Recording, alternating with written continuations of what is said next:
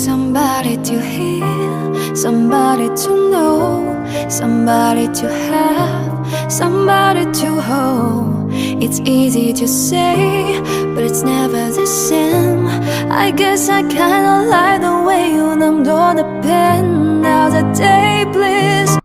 Hello everyone, welcome to my YouTube channel. After long time पछि आज मैले एउटा भिडियो लिएर आएको छु, तर त्यही पुरानै ठाउँमा डुलिँदैछु।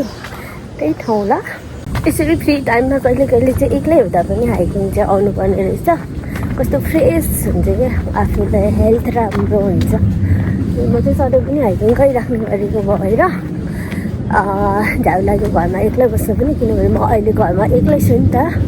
अनि दिनभरि फोन हेर्छु, त्यही भएर मेरो यहाँ दिमाग पनि अलिकति टाउको दुखेको जस्तो फिल भयो। अनि त्यसपछि यसरी बस्दा चाहिँ नहुने रहेछ, अनि बाहिर निस्किँदा चाहिँ अलिक फ्रेस हुन्छ कि भनेर आज म निस्केको। एकदम फ्रेस भइरहेको छ कस्तो। अनि फेरि यहाँ चाहिँ चिसो हावा पनि चलेछ नि त। अनि चिसो हावा चलेपछि अनि घाम पनि लागेको छैन, यस्तो राम्रो वेदर छ। वाह भनेको नि, तर एक्लै आए पनि रमाइलो। यस्तो सन्न हावा राम्रो, चिसो। अनि एक दुईजना यहाँ रनिङ गर्ने दिदी बहिनी दाजुभाइहरू होला, चाइनिज मान्छेहरू हुनुहुन्छ। अनि उनीहरूलाई नै फलो गर्दै अनि एक्लै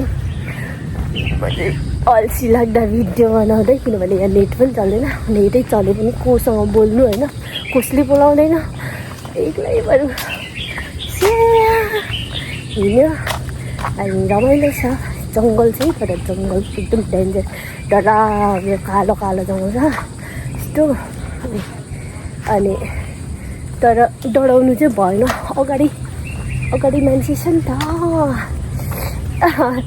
यो चाहिँ मैले, यो त कस्तो राम्रो ठाउँ, यो चाहिँ मेरो एकदम फेभरेट ठाउँ हो।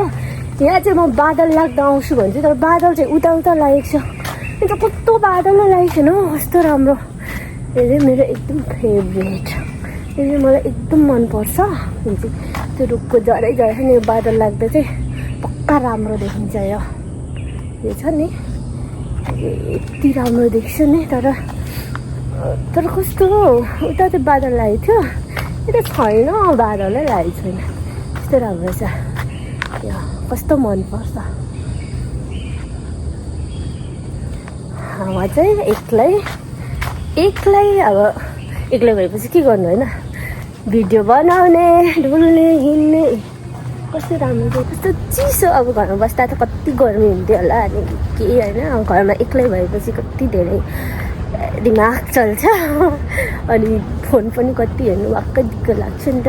त्यही भएर आज चाहिँ म एक्लै हाइकिङ आएको। तर बाटो हिँड्ने मान्छे चाहिँ कति छ, साथी भइहाल्छ नि होइन। अनि एक्लै आएको, तर कस्तो चिसो छ, कस्तो मजा, कस्तो रमाइलो छ, कस्तो राम्रो त। तल चाहिँ खासै देखिँदैन आज, बादल लागेको छ। अनि फेरि मेरो फेभरेट हो नि त बादल लागेको चाहिँ।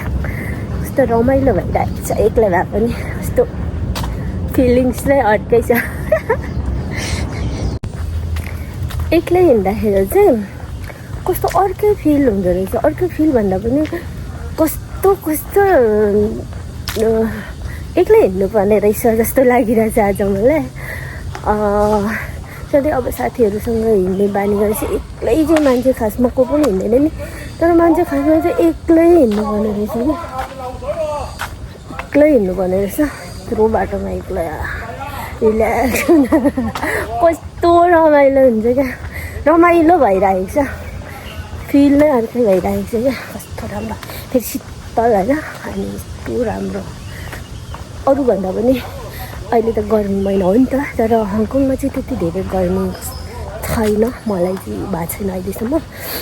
अनि आज त फेरि वेदर पनि एकदम राम्रो छ।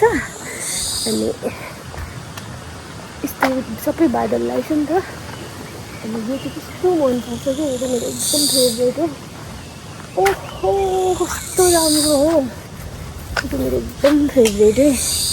यो चाहिँ मेरो एकदम फेभरेट। म जहिले आउँदाखेरि यहाँनिर फोटो खिच्थेँ, तर आज क्यामेराम्यान पनि छैन, सेल्फी पनि खिचिनँ किनभने फोटो पनि कति खिच्नु, मोबाइलभरि फोटो छ। आजभोलि चाहिँ त्यति धेरै फोटो पनि खिच्न मन लाग्दैन, त्यति धेरै रिल्सहरू पनि बनाउनु मन लाग्दैन। अब थाहा छैन, बुढी भएको होला। यसरी एक्लै डुली हिँड्दाखेरि चाहिँ रमाइलो हुने रहेछ भन्ने चाहिँ आजै मात्रै थाहा पाएँ। किनभने फर्स्ट टाइम हो म एक्लै यत्रो धेरै लामो बाटो हो नि त यो त, 4-5 घन्टा एक्लै यत्रो धेरै आएको। 4-5 घन्टा त लाग्दैन, तर यसरी नक्कल पार्दै हिँडेपछि 4-5 घन्टा त लागिहाल्छ नि होइन।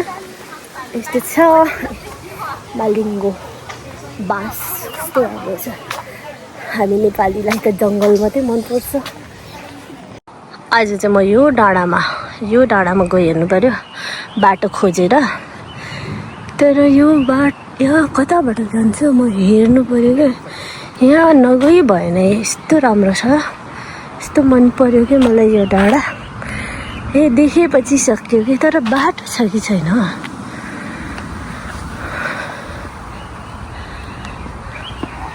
आज चाहिँ माथि गएको नयाँ ठाउँ, डर लाग्यो अनि त्यही भएर फेरि फर्केको। कस्तो डर लाग्यो, भोलिपर्सि एउटा साथी लिएर आउनु पर्यो। डर लाग्यो भने पनि जङ्गल, यस्तो जङ्गल छ अनि जङ्गल, अनि तर केटी मान्छेहरू पनि छ जस्तो लाग्यो।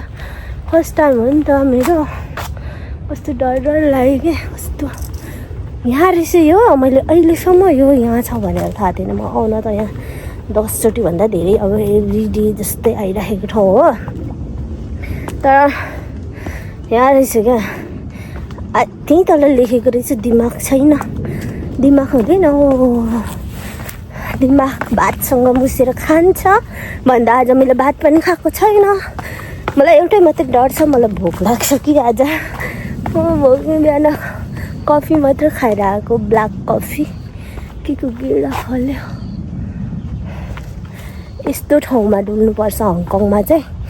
हङकङ कस्तो रमाइलो छ, तर यसरी खुल्ला ठाउँ चाहिँ छैन क्या। यस्तो डेन्जर छ जङ्गल। यस्तो जङ्गलमा को डुल्छ भन्दा म डुल्छु। पनि साथी नभएर भए पनि भन्दा पनि आज छुट्टी होइन नि त।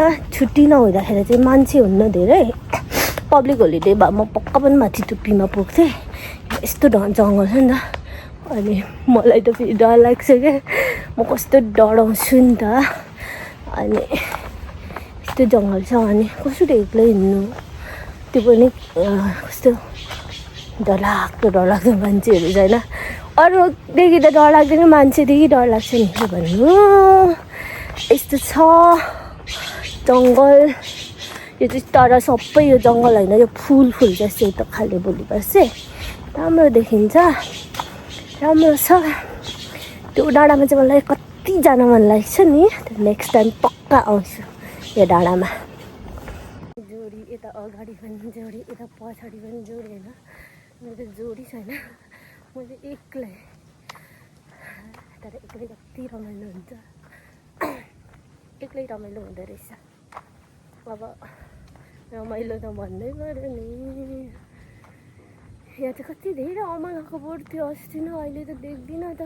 छ रहेछ, उसको पात भर्खर निस्किने बेला रहेछ। अमलाको रुख यता यस्तो बाटो छ। आज म नक्कल पार्दैछु।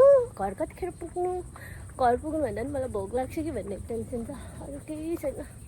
घर त म पुगिहाल्छु नि, पानी चाहिँ नपरोस्। किनभने पानी पऱ्यो भने म आज भिज्छु भनेर मैले छाता पनि नल्याएको छु नि त। किनभने मलाई पानी पऱ्यो भने भिज्ने, घाम लाग्यो भने डर्ने, हावा चल्यो भने रमाउने बानी भइसक्यो नि त। त्यस्तै मनपर्छ, त्यही भएर म छाता पनि बोक्दिनँ। अमलाको रुखहरू कति धेरै, यो पनि अमला हो, यो पनि अमला हो।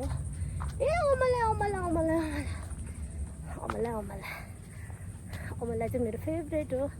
तर यहाँको अमला चाहिँ तितो हुन्छ।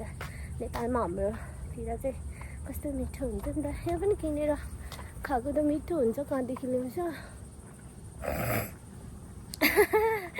हिँड्दाखेरि यस्तो मेरो भोइस पनि के हुन्छ म बोल्न पनि जान्दिनँ स्यास्या पनि हुन्छ तर भिडियो चाहिँ बनाउनु मनपर्छ त्यति हो किनभने यो चाहिँ खोला छैन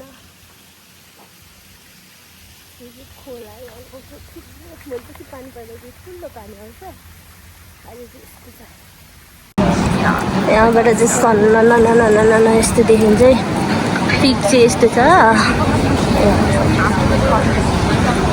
यहाँ चाहिँ म सधैँ पनि एक्लै डेली हिँड्छु चाहिँ मर्निङ वाक आउनु पनि मिल्छ मेरोदेखि चाहिँ आज चाहिँ यत्तिकै डेली हिँडेको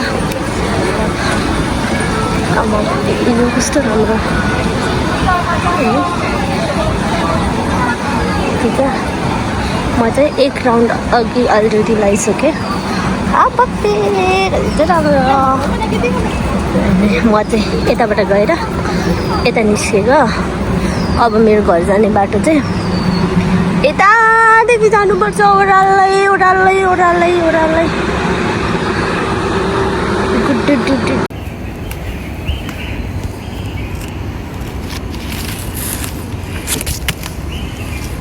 अलैँची त यस्तो पो फुल्दो रहेछ हङकङको अलैँची चाहिँ यस्तो फुल्दो रहेछ नेपालको अलैँची चाहिँ फुल्दैन है फेरि बाटोमा एक्लै हिँड्दा रमाइलो फिल भइरहेछ यो चाहिँ एकदम अहिले चाहिँ के भन्छ बसन्त ऋतु भएर होला हरियाली त यस्तो राम्रो छ नि वाउ मनै लोभ्याउने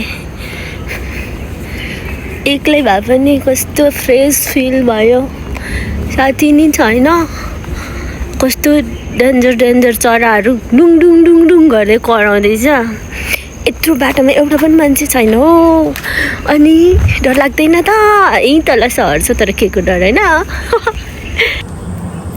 कस्तो लाग्दैछ मेरो भिडियो सबैले हेर्ने जतिले कमेन्ट गर्नु होला हेर्नु त मेरो भिडियो कतिले पनि हेर्दैन तर भए पनि यो चाहिँ मेरो मेमोरीको लागि पछिबाट म फेरि यो ठाउँमा आउँछु कि आउँदिनँ होइन त्यतिखेर हेर्नुपर्छ नि त अनि बुढेसकालमा मेरो छोराछोरीले हेर्छ भन्दै आजको भिडियो चाहिँ यहीँ बन्द गर्छु see you next video bye bye thank you for watching